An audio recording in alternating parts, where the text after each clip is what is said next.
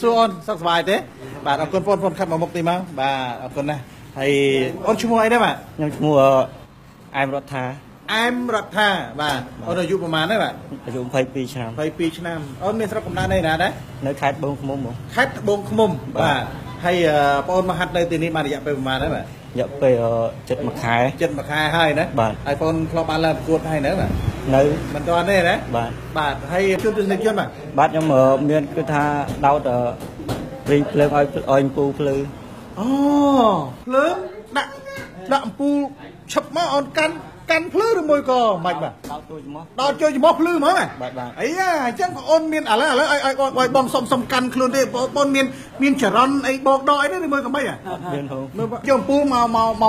កពិនិត្យមើលទេមើលបងអំពូលបងប្អូនបាទណាអំពូលបាទអំពូលភ្លើងបាទឥឡូវយើងពិនិត្យមើលយើងមើលទាំងអស់គ្នាណាមើលគីឡូមានដាក់ថ្មដាក់អីនៅហ្នឹងអីបាទមើលទាំងអស់គ្នាបាទគឺអត់មានទេហើយអំពូលនេះក៏អត់មានប្រើថ្មដែរណាបាទហើយយ៉ាងម៉េចយើងដាក់មូលចូលទៅវិញយើងពិនិត្យមើលទាំងអស់គ្នាហើយបាទខ្លាយគីឡូគាត់មានបច្ចេកទេសអីផ្សេងយើងមិនដឹងឥឡូវតោះយើងមូលចូលសិនបាទមូលហើយបាទយើងយកទៅដោតអំពូលដោតភ្លើងធម្មតាមកភ្លឺអត់បាទឥឡូវដោតផងដោតពុបអូភ្លឺច្បាស់ចេះណាភ្លើង LCD ទៀតបាទឥឡូវដកវិញដកអប់អលត់ឥឡូវធម្មតាបងអូនថាយកមកដាក់ដោតជាមួយបងអូនក៏ឆេះដែរឥឡូវបងខ្ញុំចង់ដឹងសាកលើមើលមកដោត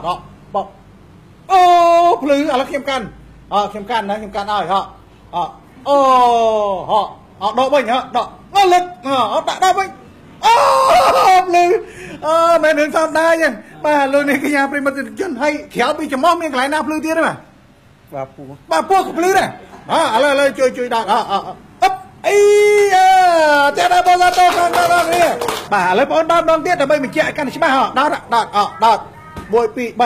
ឡូវយើងបើចង់ដឹងថាគីឡូមានខ្សែដោតទៅក្រោមអីយើងរើស្រាវមកបាទភ្លឺទៅយូរដែរបាទអូបាទលោកនាងកញ្ញាប្រិមត្តទស្សនិកជនមកច្បាយខ្សែនៅខ្ញុំនោះគឺភ្លឺដែរបាទហើយអញ្ចឹងយើងអាចទៅណាទៅណីអីដោតមួយបងអូនយើងបានដែរណាពេលភ្លើងដាច់អីយកបងអូនទៅដាក់បឹបភ្លឺភ្លាមបាទយើងសុំចាស់ដែរបងតោះខ្លាំងដល់គ្នាអត់ក៏លើកដកមកចេញសិនបាទដកអលត់ដកមកលត់ភ្លាមឥឡូវយើងចង់ដឹងថាអ្នកផ្សេងវិញហើយយើងចង់ដឹងថាអ្នកផ្សេងភ្លឺអត់មើលអូនមិញមើលខិតមកខាងមុខទេអូនបាទអូនណាជួយការដោតចំមកភ្លឺអត់ដោត1 2 3ដោតឆាច់អត់ឆាច់ដោត1 2អត់ឆាច់ទេដោតចូលពោះសៀវអត់ឆាច់ដោតអូនវិញដោតចង់ដឹងសាល់មើលដោតអប់ដោតចេញអត់អីម្ដងនេះដល់ចូលចំមកហ្នឹងបាទសុំចាស់ដែរបាទខ្ញុំបានឆ្ងល់ដែរហើយមិនទៅបានវាអញ្ចឹងហើយជាមួយខ្ញុំដោតម្ដងមើលជួយកាន់នេះលឿនបានបាទគីឡូខ្ញុំដោតទៅវាឆេះដែរណាអូឆេះអត់មានលេងបាទដូនព្រួលទៀតណាតែបងទស្សនាកម្មវិធីផ្ទាល់មួយនៃស្ថានីយ៍ទូរទស្សន៍អប្សរាមិញលោកនាងបានឃើញហើយគឺថាភ្លឺ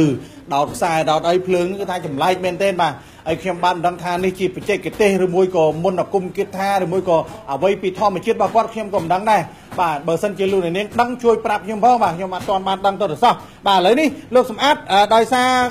ខ្ញុំឃើញថាមានកាន់ខ្សែមានអីមួយច្បាយយើងការខ្លាយគីឡូមានបញ្ហាអីខ្សែអីមានបញ្ហាឥឡូវយើងចង់ដោះមើលលោកស្មានដោះមូវាចេញមើលដោះមូចេញបាទមូចេញបាទដោះខ្សែចេញក៏កាន់ភ្លឺដែរឥឡូវហុចទៅគាត់បាទបាច់ប្រើទេដាក់ខ្សែនឹងខ្ញុំបានខ្ញុំកាន់ចឹងកុំឲ្យសង្ស័យអីបាទឥឡូវហុចទៅគាត់និយាយថាខ្ញុំកាន់តែមើលអត់ភ្លឺទេបាទឥឡូវហុចទៅគាត់ឲ្យគាត់ដាក់មើលភ្លឺអត់បាទអប់អូភ្លឺ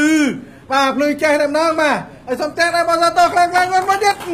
ភ្លឺចេះហ្មងបាទដកអាលុតមើលបងប្អូនកាន់បងកាន់ឲ្យស្រួលមកដាក់គូតឲ្យទស្សនិកជនបានឃើញមក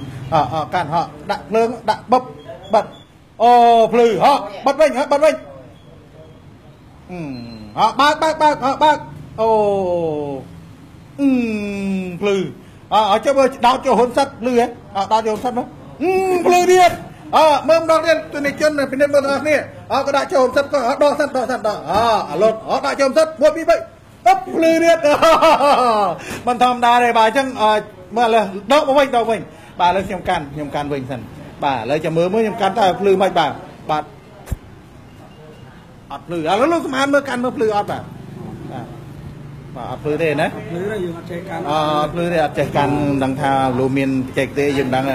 ឡូវខ្ញុំកាន់ដៃរបស់ខ្ញុំដាក់ហុកទៅលោកគាត់មានភ្លើងមានអីនឹងខ្លួនគាត់អីយើងដឹងណាឥឡូវខ្ញុំអ្នកដោតទៅក្បាលពោះគាត់វិញហ៎លុយនេះកញ្ញាចាំទស្សនាមកខ្ញុំមកបុកពុយអូភ្លឺទេកន្លែងនេះភ្លឺអត់អូកន្លែងនេះក៏ភ្លឺដែរកន្លែងណាក៏ភ្លឺដែរមើលទៅមើលកន្លែងណាភ្លឺដែរអូភ្លឺគ្រប់កន្លែងអូមិនរឿងធម្មតាទេបាទហើយមើលតិចអត់តិចភ្លឺទៀតអីកន្លែងណាក៏ភ្លឺដែរបាទពេញភ្លើងពេញខ្លួនមកណាបាទមិនធម្មតាទេបាទកាន់នេះចាបាទលោកនាងកញ្ញាប្រិមត្តទស្សនិកជនដែលកំពុងទស្សនាវគ្គនេះនាំមកជូនលោកអ្នកដោយឱសថបុរាណអាជ្ញាខ្លាឃុំសំឆ្នាំដោយលោកគ្រូលីបុនិតខ្ញុំបាទដូចឆ្ងល់ដែរពូនឹងឬមួយក៏យ៉ាងម៉េចទេខ្ញុំមិនដឹងទេនេះបាទហើយខ្ញុំចង់ដឹងសាក់លើមើលម្ដងទៀតភ្លឺទៀតដោះក៏ភ្លឺដែរឡាយណាក៏ភ្លឺដែរមិនចាមកភ្លឺមកបាទដាក់ចុះក្រោមមកភ្លឺអត់ភ្លឺអត់បុកឲ្យឡាយណាអត់ភ្លឺទៀតបាទអរគុណឥឡូវជាការលើកទឹកចិត្តសូមផ្ទះដែរបងសាទរខ្លាំងៗទាំងអស់គ្នាបាទពីគាត់ព្រោះថាកាន់តិចដល់ពេលភ្លើងដាច់មែនទេយកទៅកាន់គូភ្លើងឲ្យឆេះអត់ឆេះមិនដឹងទេណាគេដេញបាយមិនដឹងទេបាទឬមួយក៏ស្រាប់គេនៅសៀនខ្ញុំទៅកាន់ឆក់គេក៏ខ្ញុំមិនដឹងដែររឿងរបស់បងអូននេះបងឈ្មោះអីមិនភ្លេចហ៎អែមរដ្ឋាវត្តរដ្ឋាបាទអរគុណណាស់រដ្ឋាដោយសារកម្មវិធីផ្ទះលេខ1មកដល់ទីបញ្ចប់ខ្ញុំបាទក៏សូមអរគុណលោកអាដែរដែលបានផ្ដល់ព័ត៌មាននេះមានកូនសិស្សហើយជួនកាលថ្ងៃក្រោយទៅមានកូនសិស្សថ្មីមកទៀតណាចេះអីយ៉ាងទៀតផ្ដល់ដំណឹងទៅក្រុមការងារយើងខ្ញុំបាទអរគុណណាស់ហើយ